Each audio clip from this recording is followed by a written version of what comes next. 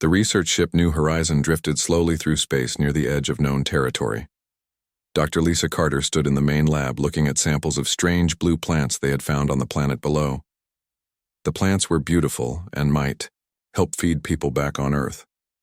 Lisa smiled as she worked. This was why she loved being a scientist. Every new world brought new hope for humanity. Jake Sullivan walked into the lab carrying more plant samples. He was excited about what they had discovered. The soil on this planet was rich and perfect for growing food. Jake had been studying plants for 15 years, but he had never seen anything like this. The alien plants seemed to grow faster than anything on Earth. Maria Gonzalez sat at the communication station sending reports back to Earth. She told them about the amazing discoveries they were making. The 12 people on the New Horizon were all scientists and researchers. They had come here to learn, not to fight or take anything that did not belong to them. Maria finished her report and leaned back in her chair. Space was peaceful out here. Lisa looked out the window at the stars. Her daughter Amy was back on Earth studying to become a scientist too. Lisa hoped that one day Amy would see worlds like this. The universe was so big and full of wonders. Humans had only been traveling between stars for 50 years. There was so much more to discover. The ship's alarm suddenly started ringing. Maria jumped up and checked her instruments. Large ships were approaching fast. Very large ships. Maria called out to Lisa and Jake. Something was wrong. The ships on her screen were not human ships. They were alien, and they were moving toward the New Horizon. Jake ran to the window. He could see the alien ships now. They were dark and had strange shapes. There were 5 of them, and they were much bigger than the New Horizon. The human research ship looked like a toy next to the alien vessels. Jake felt his heart beating faster. These aliens had never talked to humans before. Lisa tried to use the radio to talk to the aliens. She spoke in the common trade language that most spacefaring races used. She told them that the New Horizon was a peaceful research ship. She said they meant no harm to anyone. She asked if the aliens needed help with anything. There was no answer from the alien ships. The alien ships surrounded the New Horizon. Maria watched her screens as the aliens moved into position. They had trapped the human ship. There was nowhere to run. The New Horizon was not a warship. It had no weapons and no armor. It was built for science, not fighting. A voice came over the radio. It was speaking in broken human language. The alien voice was cold and harsh. It said that all humans on the ship would die.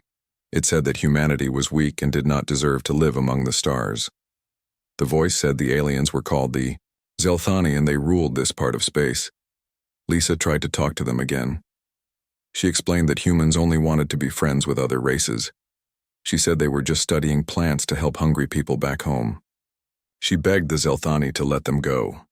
The alien voice laughed. It was a terrible sound. The Zelthani ships began moving closer. Jake could see alien soldiers through the windows of their ships. They looked like large insects with 4 arms and dark shells. The Zelthani were pointing weapons at the New Horizon. Their ships had guns that could destroy the research vessel in seconds. Maria sent an emergency message to Earth. She told them what was happening. She said the aliens were going to kill everyone on the ship. She asked Earth to remember that the crew of the New Horizon had died trying to help humanity. She finished the message just as the first alien ship attached itself to their hull. The Zelthani soldiers cut through the hull of the New Horizon. They poured into the ship wearing armor and carrying energy weapons. Lisa, Jake, and Maria ran toward the escape pods, but the aliens were too fast. The Zelthani caught them before they could reach safety. The alien soldiers were bigger than humans. Their insect-like faces showed no emotion as they forced the humans to kneel on the floor. The Zelthani leader walked among the human prisoners. He looked at each one carefully. He spoke to his soldiers in their own language. Then he turned to the humans. The Zelthani leader spoke in human language. He said his name was Commander Vextar. He said the Zelthani had been watching humans for many years. He said humanity was spreading too fast through space. He said other races would think the Zelthani were weak if they let humans live. Lisa begged Commander Vextar to spare her crew. She said they were not soldiers or explorers trying to take alien worlds. They were just scientists. Commander Vextar listened to her words. Then he raised his weapon and pointed it at Lisa's head. He said the galaxy would learn what happened to races that challenged the Zelthani. Jake tried to protect Lisa, but the alien soldiers held him back. Maria was crying and asking why the aliens wanted to hurt them. The other crew members prayed and held each other. They knew they were going to die. Commander Vextar gave an order to his soldiers. The Zelthani began killing the humans one by one. They did not make it quick. They wanted the humans to suffer. They wanted to record everything to show other races what would happen if anyone opposed the Zelthani hegemony. Lisa was the last to die. Before Commander Vextar killed her, she managed to whisper into her personal recorder. She said she forgave the aliens. She said she hoped humanity would not seek revenge. She said humans should continue to explore and learn and try to make friends with other races. Then the alien weapon fired, and Lisa Carter was gone. The Zelthani soldiers took everything useful from the New Horizon. They downloaded all the human data about Earth and its colonies. They studied the human bodies to learn about their weaknesses. Then they destroyed the research ship and left the wreckage floating in space. Commander Vextar sent a message to all Zelthani worlds. He told them he had killed 12 humans and destroyed their ship. He said humanity would learn to fear the Zelthani, or they would all die like these scientists. He said the message would spread through space, and other races would know the Zelthani were strong. 3 days later, Captain Ryan Hayes found the wreckage of the New Horizon. Hayes was a former military officer who now flew cargo ships between the colonies. He searched through the debris and found the ship's data recorder. When he played it back, he saw everything that had happened to Lisa and her crew. Captain Hayes sat in his ship and watched the recording 3 times. He saw how the aliens had killed innocent people who only wanted to help humanity. He saw how they had laughed while they murdered the scientists. Hayes had fought in wars before, but this was different. This was evil. Hayes sent the recording to Earth along with his report. He told them about the aliens called the Zelthani. He told them what they had done to the crew of the New Horizon. He said humanity needed to know about this. Then Hayes turned his ship toward Earth and began the long journey home. He did not know that his message would change everything for both humanity and the galaxy. The emergency meeting began at dawn in the Great Hall of the United Earth Council. President Helen Rodriguez sat at the head of the long table as leaders from every human colony watched the terrible recording from the New Horizon. The room was silent except for the sound of the alien voices laughing as they killed the human scientists. When the recording ended, nobody spoke for a long time. Admiral Jack Morrison was the first to break the silence. He had commanded Earth's defense fleet for 20 years and had seen many battles, but he had never seen anything like this. The aliens had not killed the humans quickly in battle. They had murdered them slowly while recording everything. Morrison felt sick watching it. President Rodriguez asked Morrison what he thought they should do. Morrison said they needed to be careful. The Zelthani had many more ships than humanity did. If Earth started a war, they could lose everything. He said they should try to talk to the aliens first. Maybe there was still a chance for peace. Dr. Elena Vasquez stood up from her seat. She was Earth's top expert on alien cultures. She had studied dozens of different alien races and helped make peace treaties with most of them. But she said the Zelthani were different. She said the recording showed they enjoyed hurting humans. They were not interested in peace. The president asked Dr. Vasquez why the aliens had done this. Vasquez said the Zelthani seemed to believe that only strong races deserved to travel between the stars. They thought humans were weak because humans tried to make friends with other aliens instead of conquering them. The Zelthani wanted to prove they were the strongest race in the galaxy. General Patricia Lee walked to the front of the room. She had fought in every major human war for the past 30 years. She said the military was ready to fight if the president gave the order, but she warned that many humans would die in a war with the Zelthani. The alien empire was very large and very powerful. President Rodriguez felt the weight of the decision on her shoulders. Billions of humans were counting on her to keep them safe, but she also knew that if they did nothing, the aliens might attack more human ships. She decided to send a small group of soldiers to learn more about the Zelthani before making any big decisions. Commander Steve Walsh volunteered to lead the mission. Walsh was one of Earth's best soldiers and had experience fighting aliens before. His brother had died in a battle with space pirates 5 years earlier. Walsh understood what it felt like to lose family to alien violence. He picked his team carefully. Lieutenant Colonel Amy Foster joined the mission. Foster was an expert at sneaking into enemy territory without being seen. She had served with Walsh on 3 previous missions, and he trusted her completely. Foster was also a good pilot and could fly almost any type of spacecraft. Sergeant Paul Griffin was the 3rd member of the team. Griffin was a communications expert who could hack into alien computer systems. He was also a good fighter and had won many medals for bravery. Griffin was young, but he had proven himself in battle many times. The 3 soldiers took a small fast ship towards Zelthani space. Their orders were simple: learn everything they could about the alien military and return to Earth with the information. They were not supposed to fight unless they had no choice. President Rodriguez wanted intelligence, not a war. The journey took 2 weeks. When they reached the edge of Zelthani territory, they began scanning for alien ships and bases. What they found was worse than anyone had expected. The Zelthani had built huge military stations throughout their space. Each station had hundreds of warships ready to fight. Walsh and his team studied the alien forces for several days. The Zelthani had at least 3,000 warships. They also had weapons that could destroy entire planets. Earth's military was strong, but they could not fight an enemy this powerful. Walsh began to understand why Admiral Morrison wanted to avoid a war. On their 5th day in alien space, Griffin picked up strange radio signals. The signals were coming from a planet near the center of Zelthani territory. Griffin translated the messages, and what he learned made him angry. The Zelthani were talking about hunting humans for sport. They had captured humans from small colonies and were using them for entertainment. Walsh made a difficult decision. His orders said not to get involved in fighting, but he could not leave human prisoners to die for alien entertainment. He told Foster and Griffin they were going to rescue the humans. Both soldiers agreed without hesitation, even though they knew it was dangerous. They landed their ship on the hunting planet during the night. Foster used her stealth training to sneak past the alien guards. She found the human prisoners in cages near a large forest. There were 20 humans, including old people and children. They looked scared and hurt. Griffin hacked into the alien computer system while Foster freed the prisoners.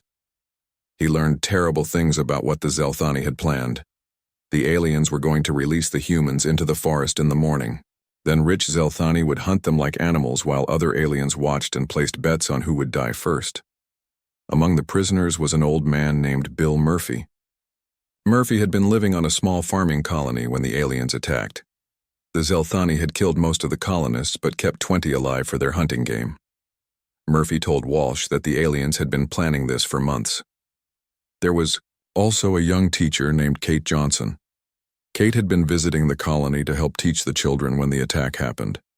She told Walsh that the aliens had hurt many of the prisoners just to see how humans reacted to pain. The Zelthani seemed to think human suffering was funny. Walsh and his team began moving the prisoners toward their ship, but the alien guards discovered they were gone before they could escape. Alarms started ringing throughout the alien base. Hundreds of Zelthani soldiers began searching for the escaped humans. Foster used her weapons to hold off the alien soldiers, while Walsh helped the prisoners run toward the ship. Griffin continued hacking the alien computers to slow down their response. The battle was fierce and several Zelthani soldiers were killed, but the humans managed to reach their ship. During the escape, Walsh captured 2 Zelthani soldiers who had been left behind. He brought them onto the ship before taking off. The alien prisoners might have useful information about Zelthani plans. Walsh knew he had disobeyed his orders, but he did not care. Saving human lives was more important than following rules. 3 of the 20 prisoners died during the rescue mission. The aliens had hurt them too badly for human medicine to save them, but 17 humans were now free and heading toward Earth. They would be able to tell everyone what the Zelthani were really like. On the journey home, Griffin interrogated the captured Zelthani soldiers. What he learned was horrifying. The aliens planned to capture millions of humans over the next few years. Some would be used for hunting games. Others would be used for medical experiments. The Zelthani wanted to study humans to find new ways to cause them pain. The worst part was that hunting humans was becoming popular entertainment throughout the Zelthani Empire. Rich aliens were paying huge amounts of money to participate in human hunts. The Zelthani military saw this as a good way to make money, while also showing other races how powerful they were. Walsh listened to the alien confessions and felt something change inside him. He had been a soldier for many years and had fought many enemies. But he had never hated anyone the way he hated the Zelthani. These aliens were not just enemies. They were monsters who enjoyed making humans suffer. When the ship reached Earth, Walsh sent an urgent message to President Rodriguez. He told her what they had discovered. He said the Zelthani were not interested in peace or negotiation. They wanted to torture and kill humans for fun. He said humanity needed to prepare for war immediately. Foster and Griffin agreed with their commander. They had seen the hunting planet and talked to the prisoners. The Zelthani could not be reasoned with. They were evil and they needed to be stopped. The three soldiers prepared their report for the president and military leaders. The rescued prisoners were taken to hospitals on Earth. Doctors treated their injuries, while government officials recorded their stories. Bill Murphy told them about watching friends die in alien laboratories. Kate Johnson described how Zelthani children laughed while watching humans being tortured. As word spread about what had really happened to the New Horizon crew and the colonial prisoners, people throughout human space became angry. The aliens had not just killed humans in battle. They had turned human suffering into entertainment. This was something that could never be forgiven or forgotten. President Rodriguez read the reports from Walsh's mission and felt her heart grow cold. She realized that Admiral Morrison had been wrong about trying to make peace. The Zelthani did not want peace. They wanted to destroy humanity slowly and enjoy every moment of it. The time for talking was over. The rescued humans arrived on Earth 3 days after Walsh's return. Medical teams rushed them to the best hospitals while news reporters waited outside to hear their stories. What the survivors told the world changed everything.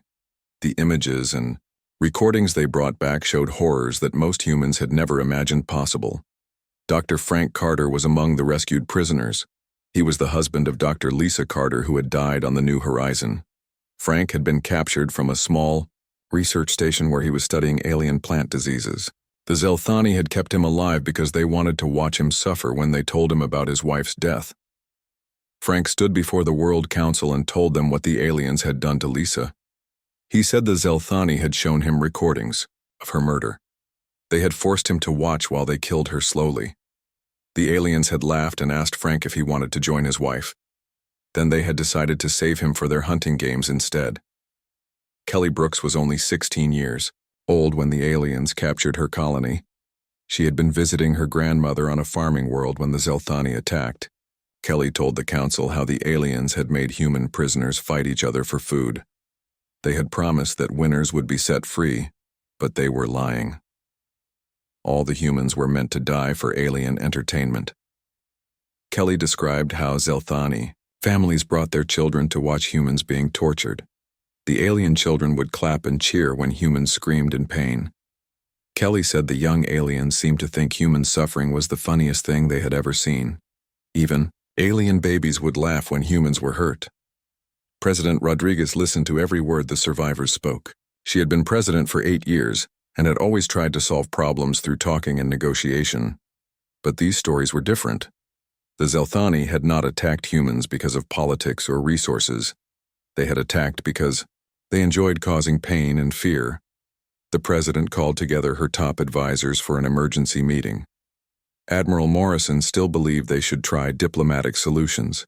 He said starting a war would lead to the deaths of billions of humans. The Zelthani Empire was too strong for humanity to defeat in direct battle. General Patricia Lee disagreed with the admiral. She had studied the intelligence reports from Walsh's mission. The Zelthani had over 3,000 warships and weapons that could destroy planets. But Lee said the aliens were overconfident. They did not expect humans to fight back hard because they thought humans were weak and peaceful. Dr. Elena Vasquez had spent weeks studying Zelthani culture and communications. She said the aliens would never accept peace with humanity. In their minds, humans were not a real intelligent species. The Zelthani saw humans the same way. Humans saw dangerous animals that needed to be controlled or destroyed. The president asked if there were any other options besides surrender or war. Colonel Sandra Martinez suggested evacuating as many humans as possible to distant colonies outside Zelthani space. She said humanity could rebuild somewhere else and return to fight the aliens when they were stronger. General Lee pulled out a classified report that made everyone in the room go quiet. She said the Zelthani had already found and attacked human colonies far from Earth. The aliens were hunting humans throughout the galaxy. There was nowhere to run that would be safe for long. Admiral Morrison asked what Lee was suggesting they do instead. Lee opened a secure case and pulled out a single data pad. She said there was one option that nobody wanted to talk about. She said humanity had prepared for this day 50 years ago when they first met hostile aliens. She called it Protocol 7. Dr. Richard Stone had created Protocol 7 in secret after humanity's first contact with aggressive alien species. Stone was now 78 years old and had retired from government service, but his creation had been waiting in secure vaults around Earth for decades. Protocol 7 was humanity's ultimate weapon. Stone had designed a biological weapon that could kill any organic life form except humans. He called it the Genesis Plague. The weapon would target specific alien genetic markers that human scientists had collected during decades of peaceful contact with other species. Humans would be safe because they had all been given special vaccines as children. President Rodriguez felt sick thinking about using such a weapon. The Genesis Plague would not just kill Zelthani soldiers. It would kill every Zelthani in the galaxy, including their children. It would also kill any other alien species that had similar genetics to the Zelthani. Billions of innocent beings would die. The president asked how many alien species might be killed by the plague. Dr. Stone's files said the weapon could potentially kill 40 or 50 different alien races. Most of these species had never hurt humans. They would die simply because they had genetics similar to the Zelthani. General Lee said she understood the president's concerns, but she reminded everyone what the survivors had told them. The Zelthani were not just planning to kill humans.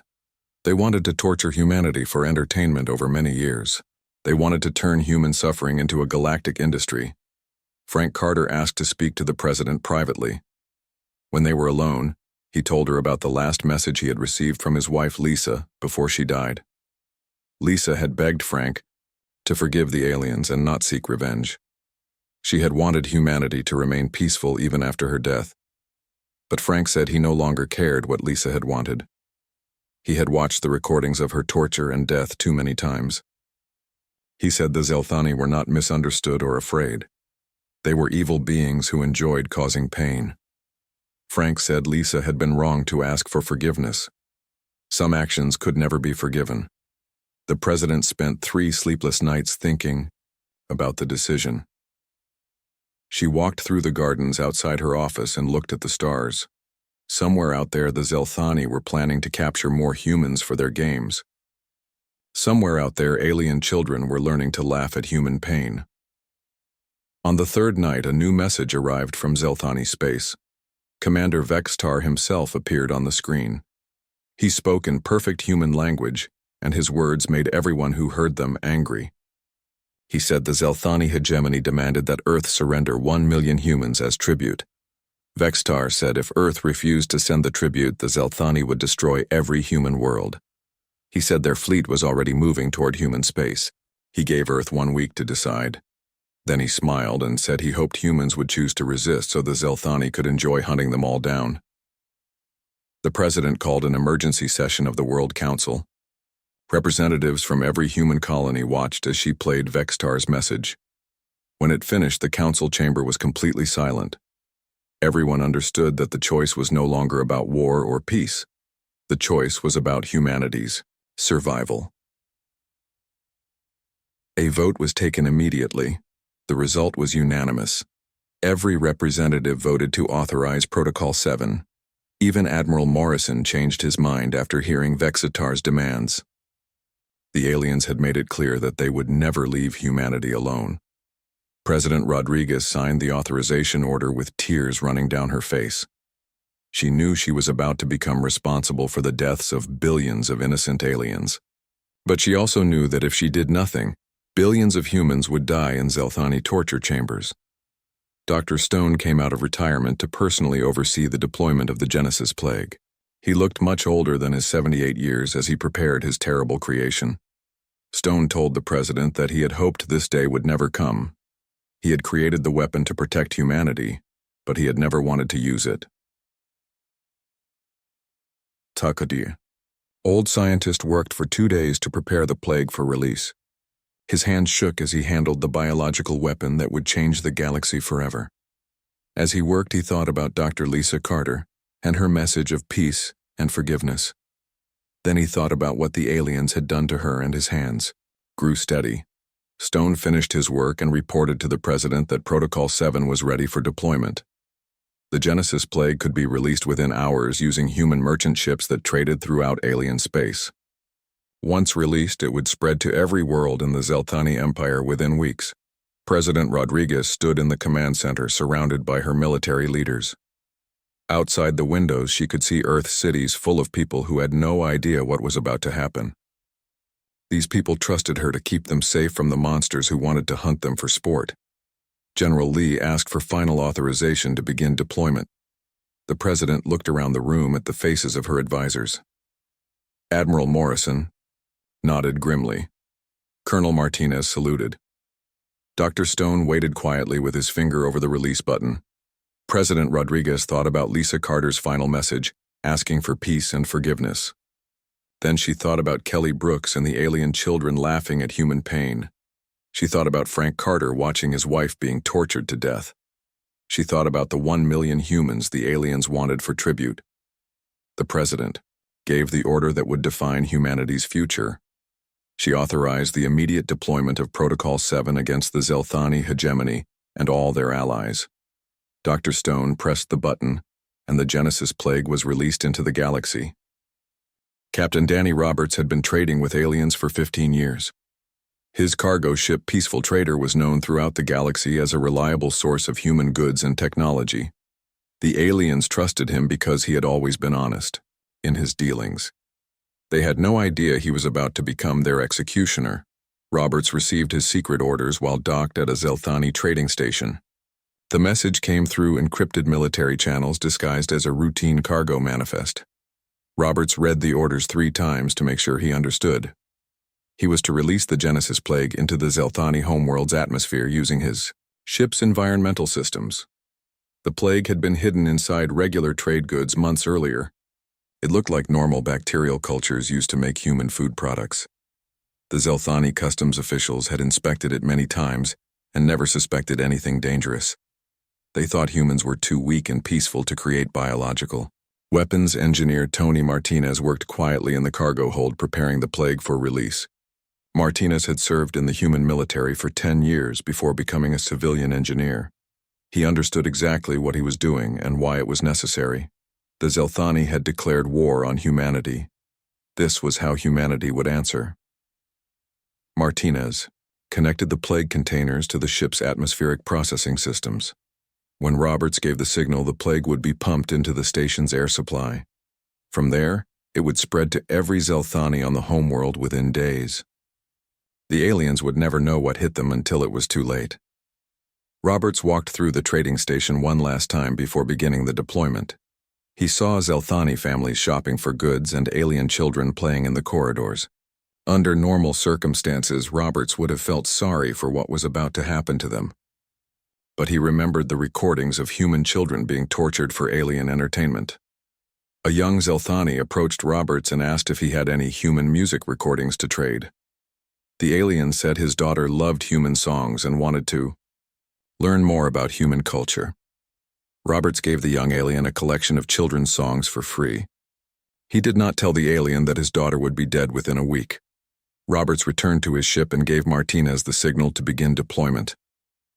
The engineer opened the valves that would pump the Genesis Plague into the station's air supply. The biological weapon was invisible and odorless. None of the aliens noticed anything different as they breathed in their own destruction. The peaceful trader left the Zelthani homeworld 12 hours later, carrying a full load of alien trade goods. Roberts filed his usual departure reports with Alien Traffic Control. The Zelthani officials thanked him for his business and invited him to return soon. They had no idea they had just helped deploy the weapon that would destroy their entire civilization.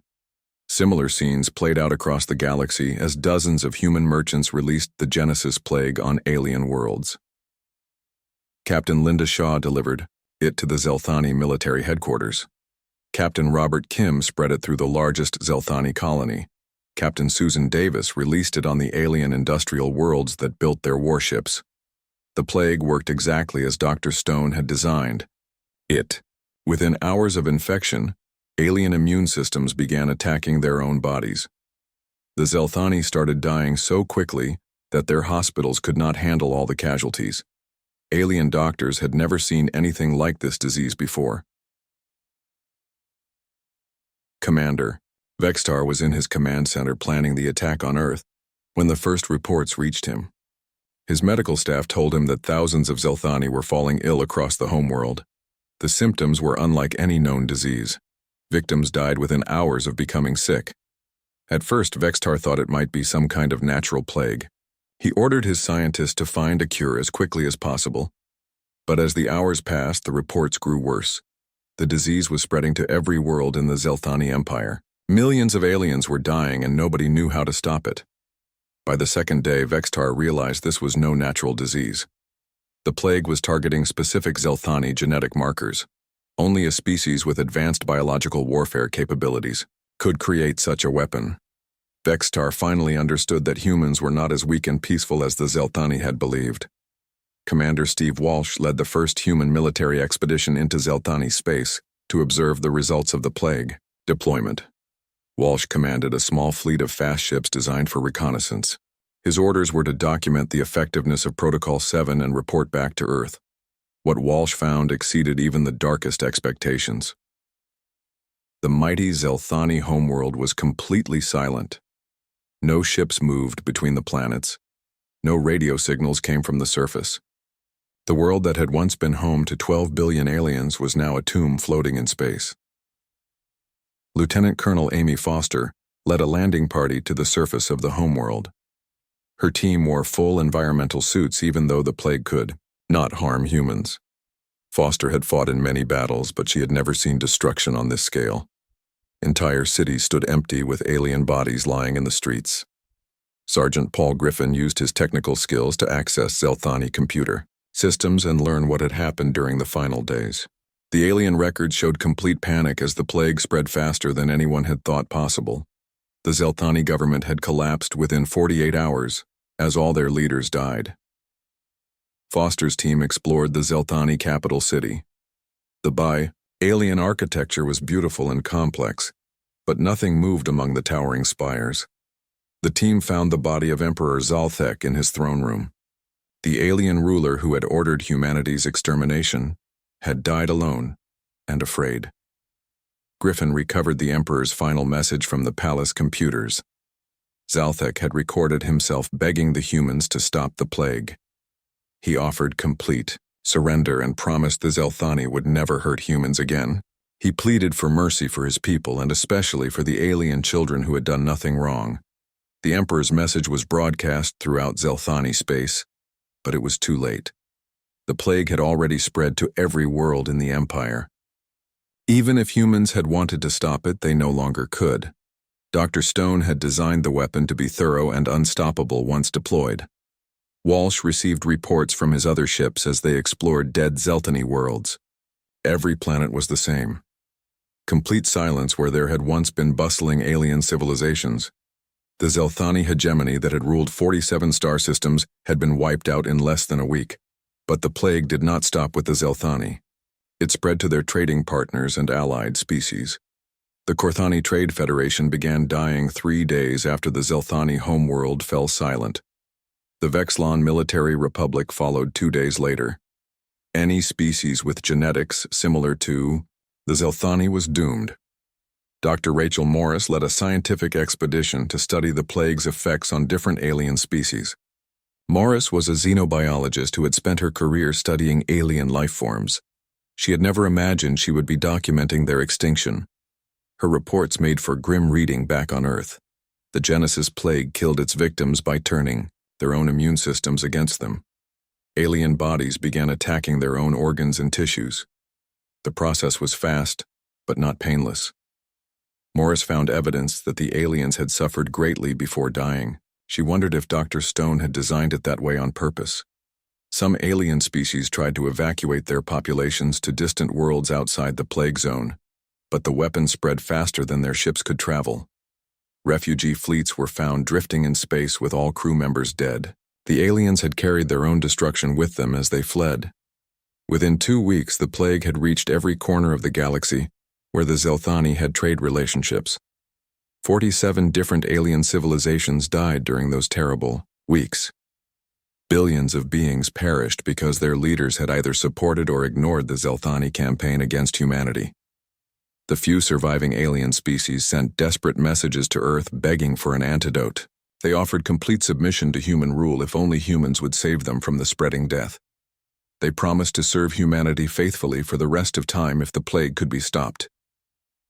General Lee monitored the incoming alien messages from Earth's command center. The surviving species were terrified of humanity's power. They had never imagined that peaceful humans could create such a devastating weapon. They now understood that humanity's kindness had been a choice, not a weakness. President Rodriguez watched the reports from the plague zones with mixed feelings. The weapon was working exactly as intended. The Zelthani and their allies were all dead or dying. The immediate threat to humanity had been eliminated. But the cost in alien lives was almost impossible to comprehend. Dr. Stone worked around the clock monitoring the plague's progress through galactic civilization. His creation was performing better than he had ever hoped. The biological weapon was adapting to different alien genetic structures and killing species he had not even targeted. The plague was becoming more deadly as it spread.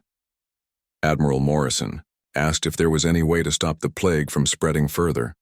Stone shook his head sadly. He had designed the weapon to be impossible to cure or contain once released. Even if he wanted to save the remaining aliens, it was too late. 6 months after the Genesis plague had finished its terrible work, Captain Linda Thompson led the first human colony ships to the former Zelthani homeworld. The planet was beautiful and perfectly suited for human life. Clean oceans, fertile land, and a pleasant climate made it an ideal place to build new cities.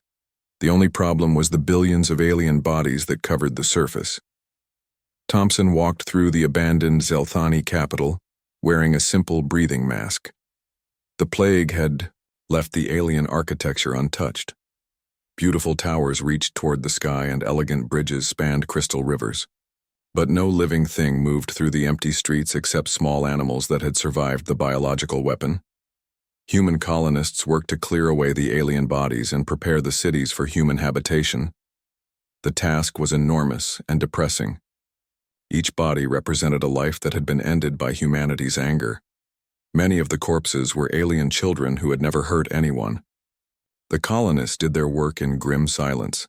The Zelthani had left behind vast libraries filled with thousands of years of knowledge and culture. Human scholars translated the alien texts and learned about art, science, and philosophy that would now never develop further. The Zelthani had been cruel to humans, but they had also been intelligent beings with their own hopes and dreams. Thompson established the first human settlement in the former Zelthani Emperor's palace. She renamed it New Hope City and invited human families from overcrowded Earth colonies to make new lives there.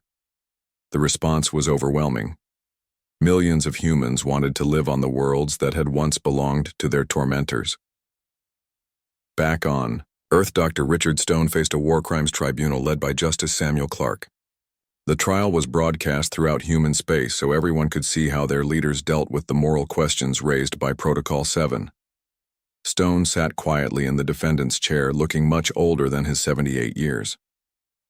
The prosecutor argued that Stone was responsible for the deaths of trillions of innocent aliens. She said the Genesis plague had killed alien children, artists, teachers, and philosophers who had never hurt any humans. She said Stone had committed the greatest act of genocide in galactic history. Stone's defense lawyer presented evidence of Zelthani atrocities against humans. The court watched recordings of human children being tortured for alien entertainment. They heard testimony from survivors like Kelly Brooks, who described alien families laughing at human suffering. The lawyer argued that Stone had saved humanity from complete extinction. Kelly Brooks testified at the trial. She was now 19 years old and studying to become a lawyer herself. She told the court about the alien children who had clapped and cheered while humans died in agony. She said those same alien children would have grown up to be even more cruel than their parents. Dr. Frank Carter also testified for the defense. He described watching recordings of his wife's torture and murder. He said the Zelthani had not killed Lisa quickly in battle. They had made her suffer because they enjoyed human pain.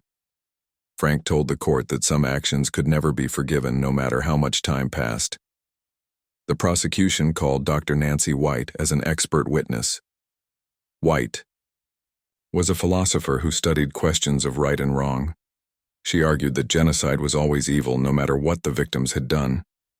She said humanity had become the same kind of monster they had fought against. White told the court that human children born after the plague showed troubling signs of aggression and lack of empathy. She said these children seemed to think violence was the best solution to every problem. She warned that humanity was losing its soul and becoming a race of killers.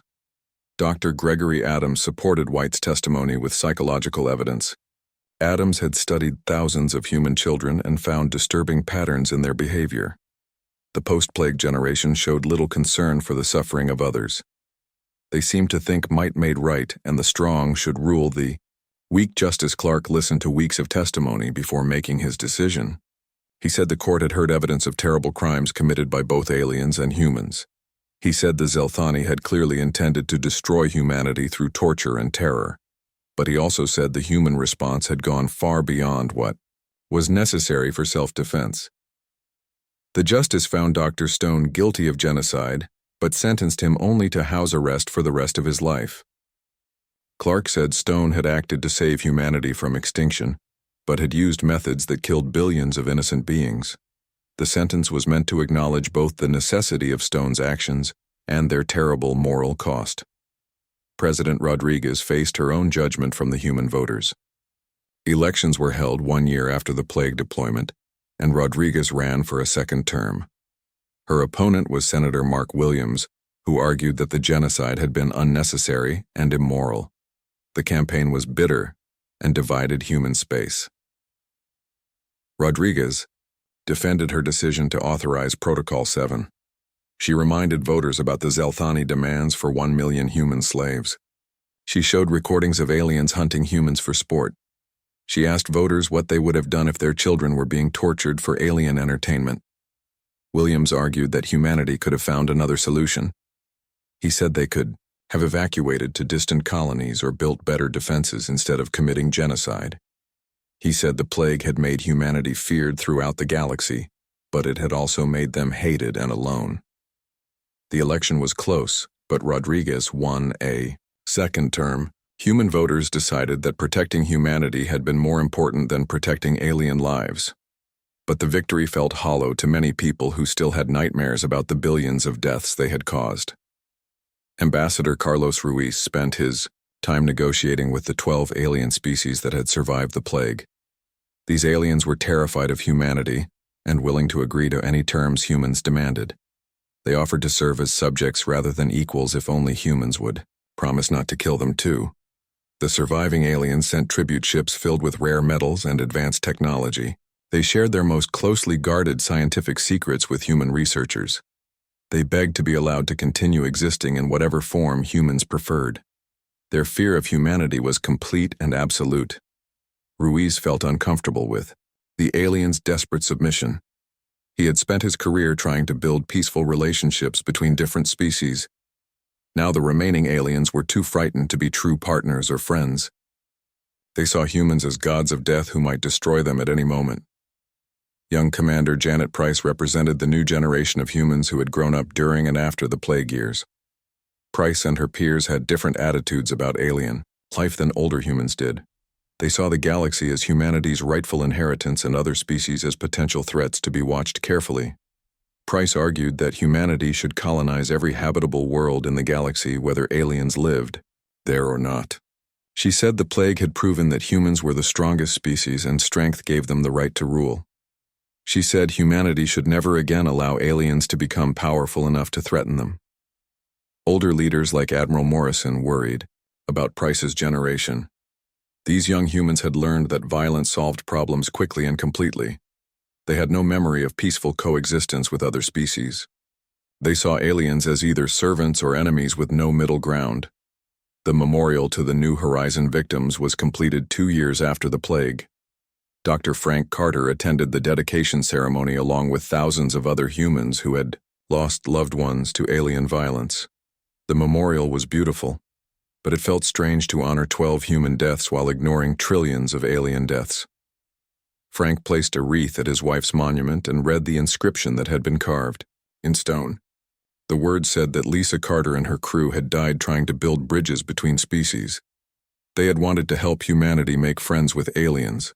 Instead, their deaths had led to the greatest act of destruction in galactic history. The inscription continued with words that made Frank uncomfortable. It said the galaxy had made humanity into monsters by attacking innocent humans. It said humans had chosen to excel at being monsters rather than accept extinction. Frank wondered if Lisa would have approved of what had been done in her memory. As Frank stood before his wife's memorial, he thought about the choice President Rodriguez had made. The Zelthani had demanded 1 million humans for tribute and torture. Instead, they had received the complete destruction of their civilization. Frank still believed the choice had been necessary, but he wished there had been another way. Scientists working on the former alien worlds made disturbing discoveries as they explored abandoned cities and research facilities. They found evidence that some alien species had been developing their own biological weapons. The Zelthani had been planning to create diseases that would kill humans slowly and painfully. Other evidence showed that the aliens had been studying human psychology to find better ways to cause mental suffering. They had developed drugs that would make humans feel constant fear and despair. The aliens had wanted to turn human minds into prisons of eternal torment. These discoveries made some humans feel better about the genocide. They argued that humanity had simply struck first in a biological war that was already beginning.